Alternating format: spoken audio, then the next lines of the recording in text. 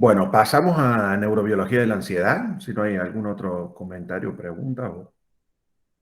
Hola, mi nombre es Brian Miranda. Con mi grupo de la comisión número 3, a cargo del profesor Adrián Bueno, hemos elegido el tema de neurobiología de la ansiedad.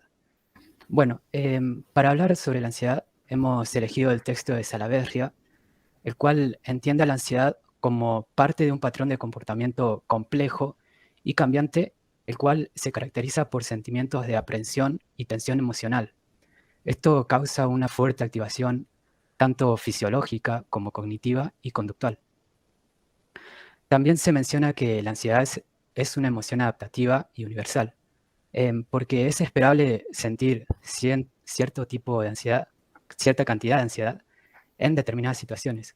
Esto como que nos ayuda a prepararnos para desenvolvernos mejor en cierta situación, ¿no? Bueno, sin embargo, la ansiedad también es capaz de producir diversos malestares.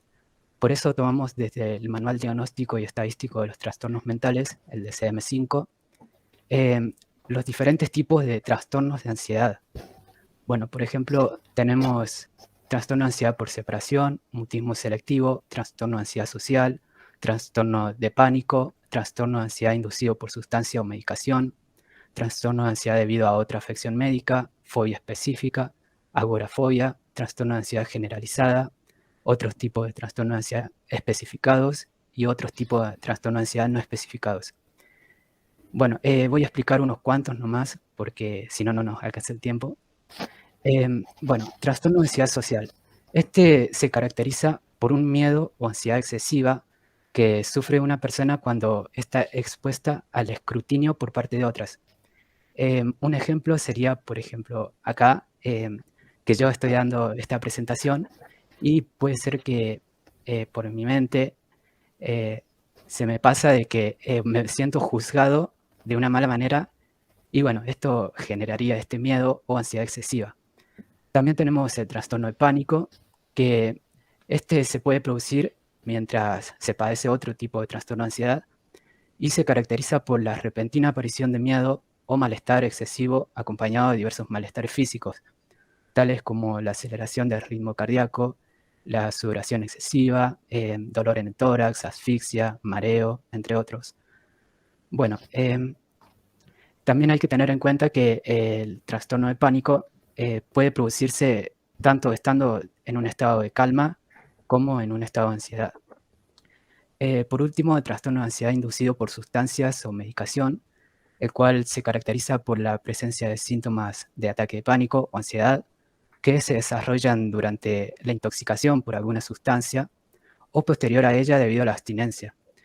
Un ejemplo de esto podría ser lo que es la pálida, que se le dice cuando, por ejemplo, alguien está fumando marihuana y bueno, le agarra como este tipo de ataque de pánico, ¿no?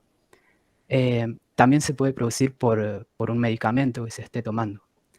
Bueno, ahora dejo a mi compañera para que siga.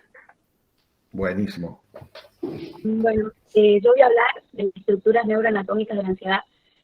Aclaro que es un pantallazo muy sintetizado porque era mucho de lo que teníamos que decir, si no. Bueno, en cuanto a las estructuras, tenemos primero lo que es la amígdala, que bueno, regula las reacciones de alarma y a su vez envía proyecciones, tanto a nivel subcortical como cortical. También tenemos el locus coeruleus, que bueno, es un centro de respuesta ante los cambios, tanto del medio externo e interno, y que interactúa con otras estructuras enviando eferencias. Bueno, a la amígdala que antes nombrábamos, también al hipocampo, al hipotálamo, a la corteza y a la médula espinal. Con respecto al hipotálamo, el mismo está involucrado en lo que es la activación sináptica. Y en lo que concierne al hipocampo, tiene conexiones tanto con estructuras límbicas con corticales sensoriales. Bueno, a su vez también tenemos el tálamo como estación de relevo y la sustancia gris periacueductal que se relaciona con la respuesta al miedo.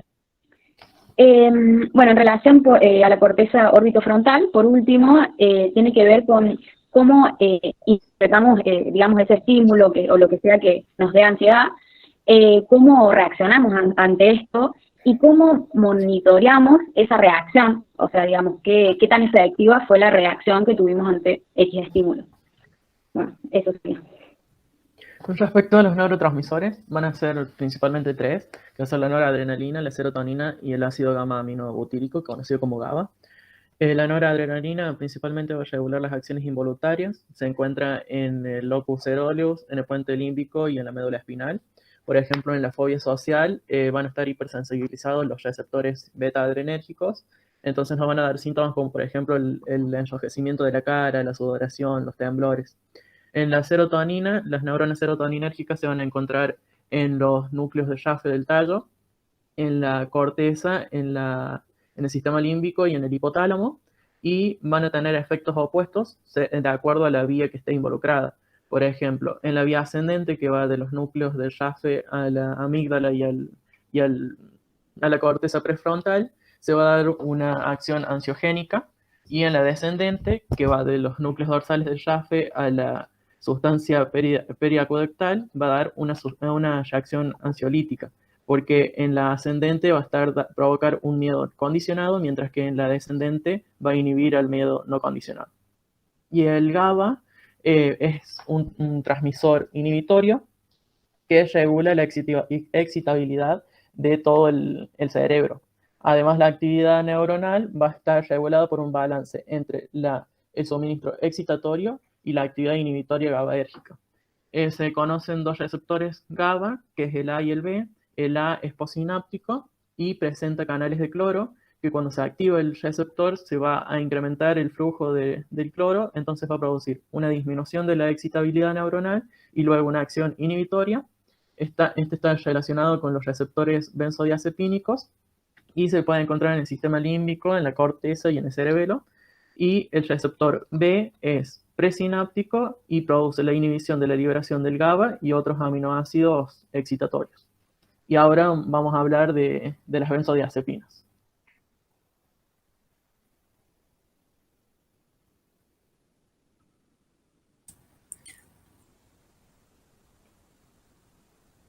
Bueno, buenas tardes. Yo voy a hablar un poco de la relación que tiene la ansiedad y las benzodiazepinas.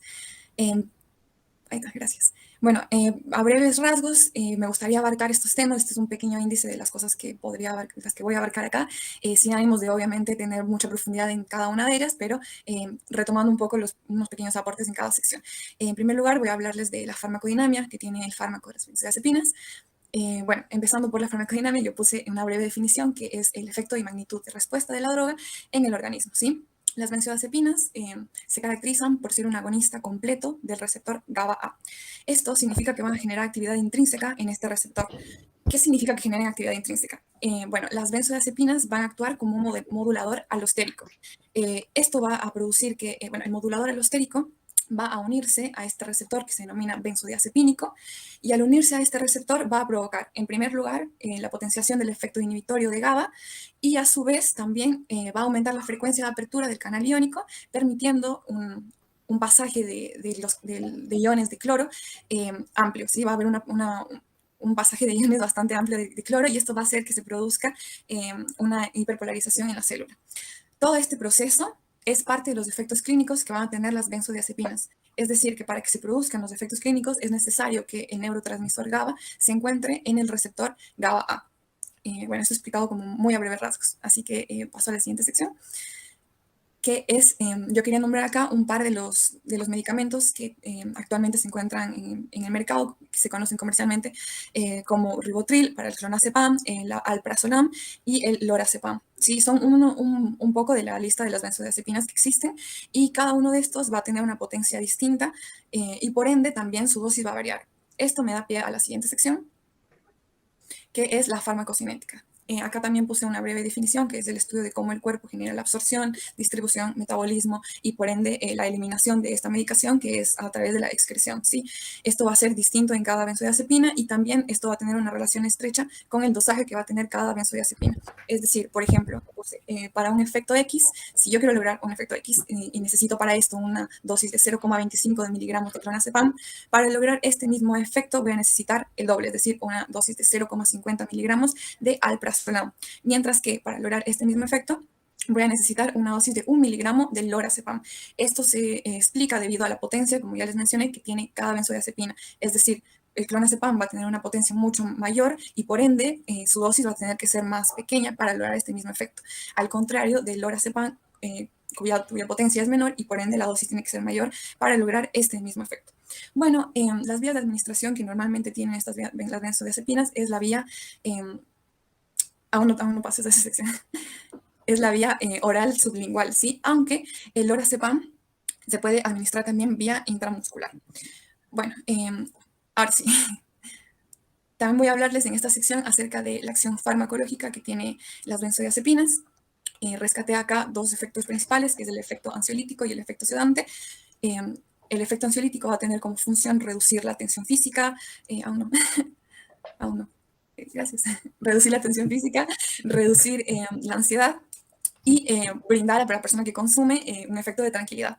Mientras que el efecto sedante va a tener como función pausar las funciones, por ejemplo, psicofisiológicas, las funciones motoras de quien la consume, además que va a ralentizar, por ejemplo, funciones psicomotoras, funciones mentales, y el tiempo de reacción en la persona que lo consume también va a disminuir.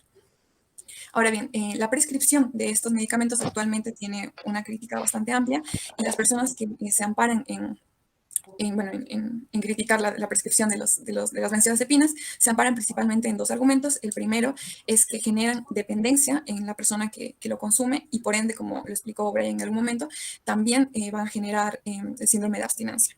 Y el segundo argumento en el que se amparan es que este fármaco, esta medicina, va a generar tolerancia y por ende, para un mismo efecto, se va a necesitar cada vez más dosis.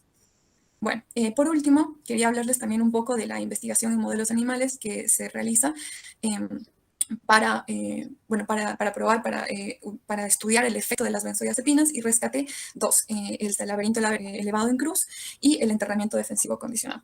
Bueno, en primer lugar, en el laberinto elevado en cruz nos encontramos en un recinto, ustedes ya deben conocer esta técnica, pero lo explico como muy brevemente. En un recinto se encuentra dividido en dos, la parte iluminada y clara y la parte abierta, y a los lados la parte oscura y la parte cerrada.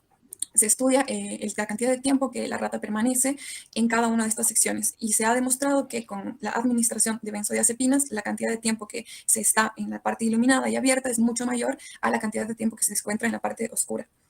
Y la segunda técnica es el enterramiento defensivo condicionado. En esta tenemos una jaula que normalmente tiene un estímulo aversivo, que puede ser una corriente eléctrica, como es el caso. Lo que se hace es disparar esta corriente eléctrica y contabilizar la frecuencia con la cual la rata genera este enterramiento defensivo. Y también se ha demostrado que con la administración de benzodiazepinas se disminuye la frecuencia con la cual la rata se comporta de esta forma defensivamente. Eso, muchas gracias. Súper. Súper interesante. Bueno, este es otro tema bomba, que da para hablar un montón y todavía nos queda el último. Así que hagamos comentarios y aportes cortitos, ¿quieren? Yo hablando de correlaciones, siempre, o sea, cuando aparece el trastorno de ansiedad, aparece neurofisiológicamente un montón de otras cosas. A lo de la hiperactividad noradrenérgica del locus ceruleus, sumo, de lo que me acuerdo ahora nomás rapidito, una alteración metabólica del lactato sódico a nivel muscular, lo cual genera, digamos, de ahí aparecen derivados que inducen el cansancio muscular, la rigidez e incluso los calambres propios de los trastornos de ansiedad. Y después una hipersensibilidad al óxido, a los gases, creo, a nivel del tronco cerebral, en los núcleos autónomos que regulan la frecuencia cardiorrespiratoria. Estaba asociado esa hipersensibilidad al estado de sofocación, a la falta de aire, a lo que implica la angustia. Está bien pecho, angosto, quiere decir angustia. Ese estado propio también del sujeto que no le salen las palabras y que parece que va a explotar, ¿no? De un estado de ansiedad. Bueno, esa angustia estaba asociada ahí también de lo que me acuerdo, metabólico más periférico, sumado a eso central. Y la falta de aire, claro, que se da en un ataque de pánico, por ejemplo, viene toda esa sensación y esa hiperventilación que retroalimenta positivamente la misma situación. Sí, eso es bastante por ahí como la cuestión más urgente en términos fisiológicos, es la sensación del ahogo que siente la persona y que en realidad es como que inicia por una sensación psicológica, pero sí, como modifica la respiración, termina modificando aspectos fisiológicos que avalan o van en esa misma dirección. Entonces se retroalimenta y se potencia la situación. Los sujetos muchos se comportan que se van a morir, ¿no? Que se están muriendo, ¿no?